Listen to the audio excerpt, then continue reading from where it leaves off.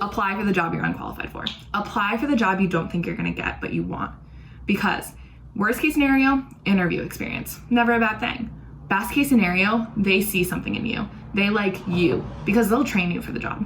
I think if I had known that, life changes, obviously. Sometimes it throws you a curveball. Knowing that the plan doesn't always go to plan, I think would have been helpful and would have helped my crisis, my challenge right before graduation, go a little bit more smoothly. So just knowing that we can plan, but also understanding that sometimes you may need to put the plan aside and figure out a plan B. And sometimes you just need to go with the flow. I would have loved to change my major because I love Western New England, and all kidding aside, really the network is the most important thing. So if you're reading this video and you don't stop and send me a LinkedIn message after this or an email, you're selling yourself short. So work your network really, really hard. You got to be humble, you got to grind, you got to work harder than everybody else. And you just really have to be that combination of humbly tenacious, right? Really outgrinding and outworking everybody else like a Western New England student does. And just, never give up and just constantly stay focused on how you're providing value, not activity, but value. One thing that I wish I would have known as a senior that would have helped me is how important it is to establish and maintain a network. Establishing a network is definitely stressed during professional development sessions in college.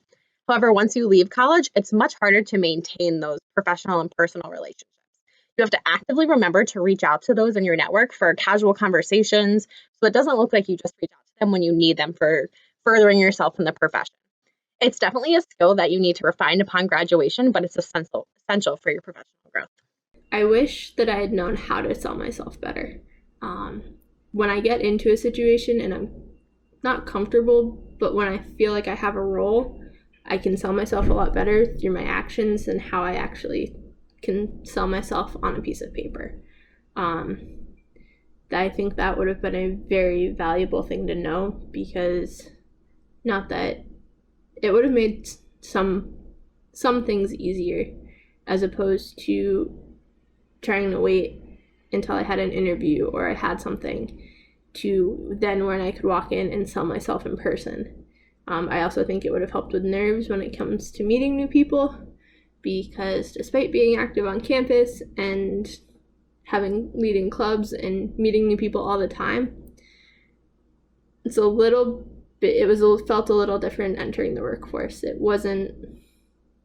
felt like there was more at risk if I failed, for lack of a better way of putting it. But I think definitely knowing how to sell myself to an employer. More about the finances and what comes with employment. What retirement plan do you sign up for? Healthcare is a huge one when you turn 26 and come off your parents' plan, or if you do it earlier, all the different options that are out there, dental, car insurance, etc. And just how do you navigate all that? There's so much out there that I just didn't even know about. And the earlier you can get ahead of that, the better. You may be a grown-up now, but you don't know everything, and you shouldn't expect yourself to know everything. Your college education and experiences are really valuable, and they're great for landing a job, but no degree is ever going to prepare you for the day-to-day operations of whatever role you end up in. So it's super important to ask questions when you're unsure and let people know when you're overwhelmed. And the people around you at work are going to know that you're new, and they're probably going to be more than willing to help. Plus, it's way easier to be humble and ask questions so that you can do your work right the first time than it is to quietly struggle through a project not knowing what you're doing. So just be easy on yourself and give yourself some time to learn. Things always have a way of working out. Maybe not in the way that you planned or in the way that you expected, but usually it's for the better. So all I would say to you is set yourself up for success as best you can, and the rest falls into place. I think it was something that I knew, but I didn't really respect enough, was understanding that the job that you get right out of college, or the first position that you get, or the second or the third position, doesn't define what you're going to do for a career, and doesn't define who you are as a person. Each one of those are a stepping stone to the next thing. For some people, it may transition you into a different company. It may transition you into a different career, and that's fine. be okay with that.